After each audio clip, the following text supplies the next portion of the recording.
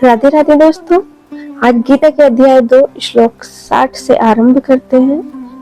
रस की निवृत्ति न हो तो क्या आपत्ति है, इसे आगे के श्लोक में भगवान बताते हैं।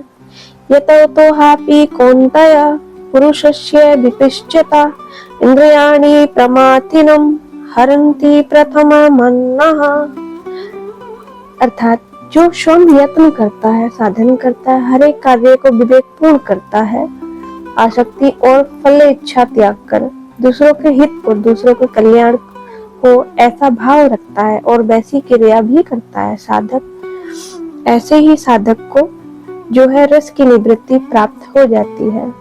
साधक को अपनी इंद्रियों पर कभी भी मेरी इंद्रियां मेरे वश में है ऐसा विश्वास नहीं करना चाहिए और कभी अभिमान नहीं करना चाहिए कि मैं जितेंद्रिय हो गया हूँ। रस बुद्धि दूर कैसे की जाए, इसका उपाय आगे के श्लोक में भगवान बताते हैं। तानि सर्वाणि सन्नवन्य युक्त आशीत मतः परः वशे हि यशस्य इंद्राणि तस्य प्रज्ञा प्रतिष्ठिता।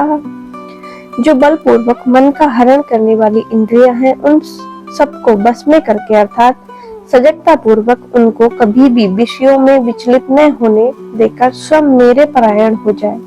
तात्पर्य यह हुआ कि जब साधक इंद्रियों को वश में करता है तब उसमें अपने बल का अभिमान रहता है कि मैंने इंद्रियों को अपने वश में कर लिया। यह अभिमान साधक को उन्नत नहीं होने देता और उसे भगवान से विमुख करा देता है। अतः साधक इंद्रियों का संयम करने में कभी अपने बल का अभिमान न करे, उसमें भगवत कृपा को ही कारण माने कि मेरे को इंद्रियों के संयम में जो सफलता प्राप्त हुई है वह केवल भगवान की कृपा से ही मिली है। कहने का तात्पर्य है कि मानव शरीर का मिलना, साधन में रुचि होना, साधन में लगना, साधन का सिद्ध होना, ये सभी भगवान की कृपा पर ही निर्भर है। परंतु अभिमान के कारण मनुष्य का इस तरफ ध्यान कम जाता है।